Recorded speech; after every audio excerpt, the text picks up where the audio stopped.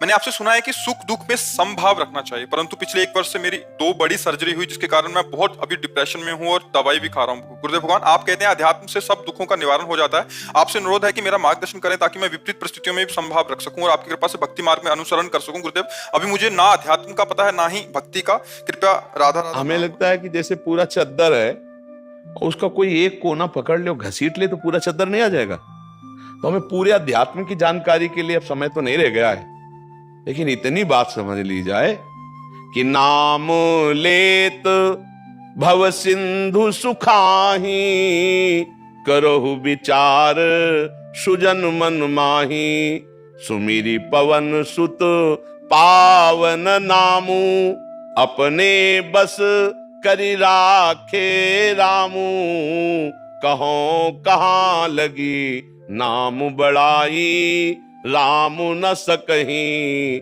नाम गुण गाई। राम राम राम, कृष्ण कृष्ण कृष्ण, राधा राधा राधा, हरि हरि हरि, शिव शिव शिव शिव। यदि हम नाम जप कर रहे हैं तो निश्चित हमारे अंदर ज्ञान, वैराग्य, भक्ति सब जागृत हो जाएगा। पर पहले नाम पाप को नष्ट करता है। अब नाम में मन नहीं लग रहा, निरंतरता नहीं बन रही, मन पाप का चिंतन कर रहा है, इसलिए आप परेशान हो रहे हो। डिप्रेशन किस बात का? हमने जो पाप कर्म किए उनका दंड शरीर में मिल रहा है।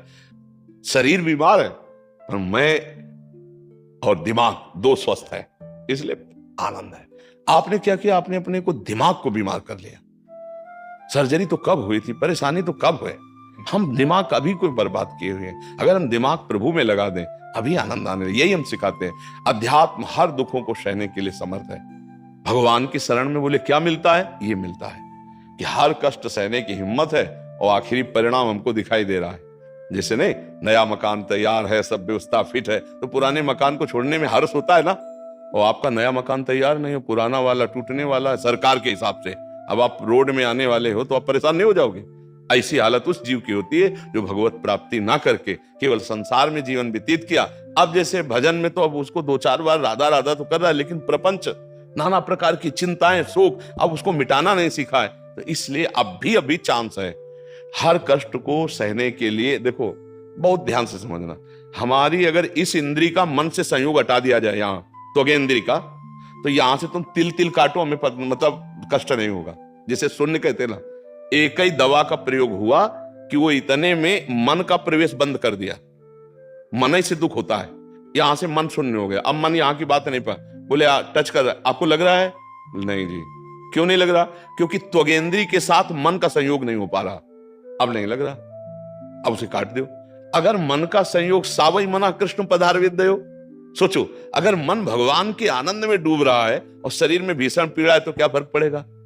और अगर मन संसार में डूब रहा है, शरीर स्वस्थ है तो क्या फर्क पड़ेगा? जल रहे, एसी में बैठे जल रहे, अंदर क्लेश, चिंता, शोक, भय, ये सब व्याकुलता।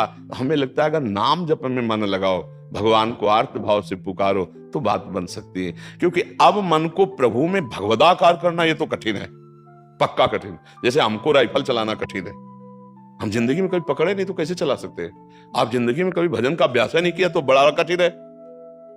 1 सेकंड में हर बात डिलीट करके अभी स्थित हो जाए।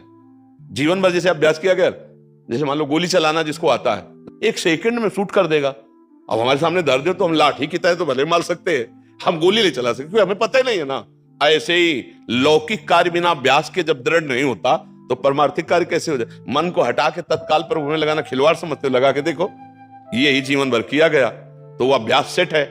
हजारों बातें 1 मिनट में डिलीट और शांत, गए, अपने में डूब गए, खत्म खेल। अब बाहर ये पीड़ा हो रही, वो पीड़ा हो रही, वो हो रहा है। भगवान में एक अलौकिक शक्ति है और उसी अलौकिक शक्ति का मैं बच्चा हूं। सच्ची मानिएगा, हम लोग इस शरीर में भोगों में इतना क्षीण हो गए कि हम उस शक्ति तक पहुंच नहीं पा रहे, और वो सबके अंदर है। आप सच्ची मानना, जो एक ब्रह्मा को भगवान ने शक्ति दी वही आप में है। क्योंकि ब्रह्मा जैसे भगवान के अंश है तो आप कौन किसके अंश है? भगवान के अंश है ना। बस हम क्या है, हम अपनी शक्तियों का प्रयोग नहीं कर पाए, हम उनको जागृत नहीं कर पाए। ब्रह्मा जी भी तपस्या के द्वारा उन शक्तियों को जागृत किया। जो ब्रह्म ऋषि और तपस्या के द्वारा हम भोगों में अपनी शक्ति को भूल करके समय नष्ट कर दिया, अब हमें पछताना पड़ रहा है। तो अब काम बना ले।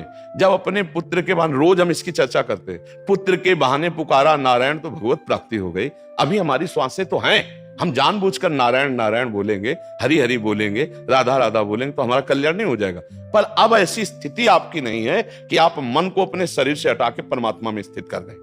ये नहीं हो सकता। कल्याण तो हो सकता है, ये नहीं, क्योंकि इसका अभ्यास नहीं किया। मन अभ्यास किया इंद्रियों के साथ भोगों का, वो तो हो जाएगा, लेकिन मन को हटाकर और प्रभु में स्थापित करना, ये अभ्यास जब बचपन से किया जाता है तभी होता है। जैसे कोई भी स्थिति है, हर स्थिति में शांत एकदम, पता है कि शरीर नाशवान है, पता है शरीर छूटेगा, पता है भगवान का विधान अटल है, और नाम में एकदम भगवदाकार वृत्ति, अब करो जो मना सो करो। भीषण कष्ट की स्थिति में भी एक आनंद, एक शीतलता। आप करो डिप्रेशन में मन क्यों गया? क्योंकि उसको आनंद का जो खजाना मिलना था वो तो मिला नहीं जीवन में कहीं भी। अब जो शरीर आनंद भोगने का था वो भी धोखा दे रहा है, तो डिप्रेशन में नहीं पहुंच जाएगा वो। मन ही तो डिप्रेशन में जा रहा है ना, और आप मन में है, इसलिए आपको लगता मैं डिप्रेशन में हूं। अभी ठीक हो जाओ अगर आप हमारी बात मान लो। राधा राधा राधा राधा होई सोई जो राम रचि राखा, को करी तर्क बढ़ावे शाखा, अस कही जपन लगे हरि नामा, राधा राधा हरि हरि हरि। अभी आनंद आने लगेगा। काहे एक ही बार तो मरना है यार, तो दिक्कत काहे की है? जो कष्ट आएगा उसे भोगेंगे। राधा राधा राधा। बहादुर बनो, एकदम कमजोर मत बनो, मेरी बात मान लो। गुरुदेव, वो मरने से डर लगता, कहाँ जाऊंगा, कुछ ऐसे। हाँ, तो अभी हमने कहा कथा कही नहीं, हमारी कथा सुनो कि हमारा घर तैयार है, तो पुराना घर छोड़ने में दिक्कत क्या? और आपका घर नहीं तैयार है, इसलिए पुराना घर तो सरकार तोड़ने वाली है, आप फुटपाथ में आ जाओगे। कहा नहीं, वही बात तो डर है। तो चलो, तुम्हारा घर निर्माण नहीं तो हमारे घर में रह लेना। बड़ा भारी घर है, पूरा दिव्य धाम है भगवान का, तो हमारे साथ हो लो, क्या परेशानी है? तुम्हारी टिकट नहीं है तो हमारी टिकट में आपकी टिकट चल जाएगी। राधा राधा वर जपो, तुम चिंता मत करो। गुरुदेव, ग्रस्त में हूं तो 2 बिटियां हैं, उनकी जिम्मेदारी है।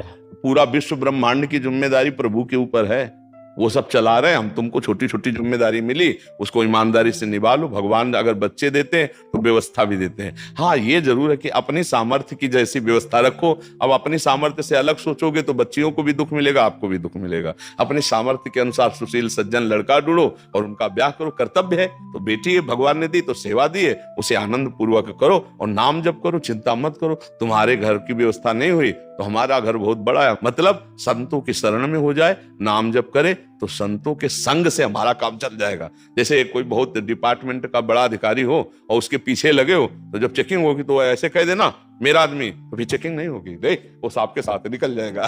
तो ऐसे अपने लोग निकल जाते हैं। गुरु संतों की शरण में लिए तो वैसे हम योग्य नहीं, हम चेकिंग में फेल हो जाएंगे, पर उनकी कृपा से हम निकल जाते ना। साधुन के संग लाग तेरी अच्छी बनेगी, नहीं कहा जाता है? थाम लो गुरुदेव। हाँ, बस नाम जप करो। हमारे संग का मतलब है राधा राधा राधा, हमसे दोस्ती का मतलब राधा राधा। हर परिस्थिति में आपको हमने प्यार किया है प्रभु, अब जैसा विधान करोगे मैं सहूंगा और कभी आपका किसी से शिकायत नहीं करूंगा, नहीं मैं उसे सहूंगा। उस सहने से भगवान से प्यार हो जाता है, और जब प्यार हो जाता है तो निहाल हो जाता है। फिर ये प्रश्न खत्म हो जाता है, क्या समस्या है? हर समस्या का समाधान समस्या आने के पहले हो जाता है। हम आपसे सच्ची कहते हैं, हमारी व्यवस्था श्री जी से चलती है।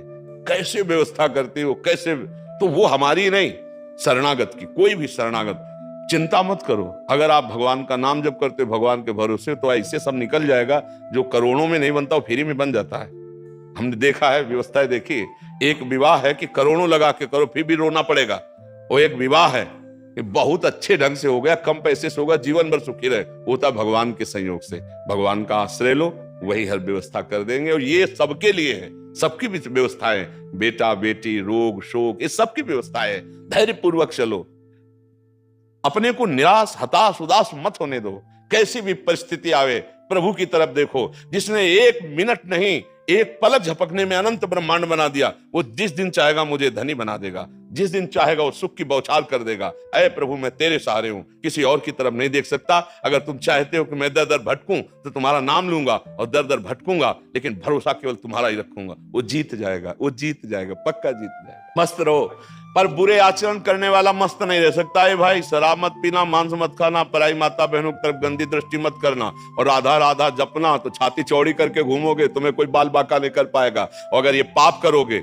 फिर आप हमसे शिकायत करोगे कि हमारी श्रद्धा कम हो गई, हमारी नास्तिकता बढ़ रही।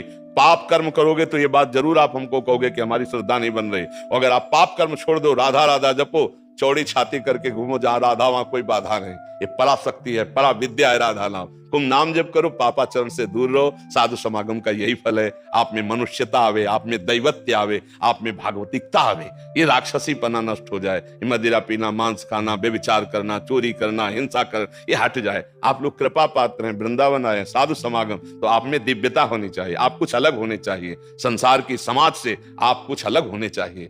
समाज आपको गाली दे, आप मुस्कुरा के सह के निकल गए, ये आपका अलगपना है। हर परिस्थिति में लड़ना सीख गए, ये आपका अलगपना है। जहां सब टूट जाते हैं वहां आप निकल गए, यही आपका अलगपना है। तो इसका मतलब सत्संग आप किए हैं, आप भागवतिक है, आप देवी संपदावान है।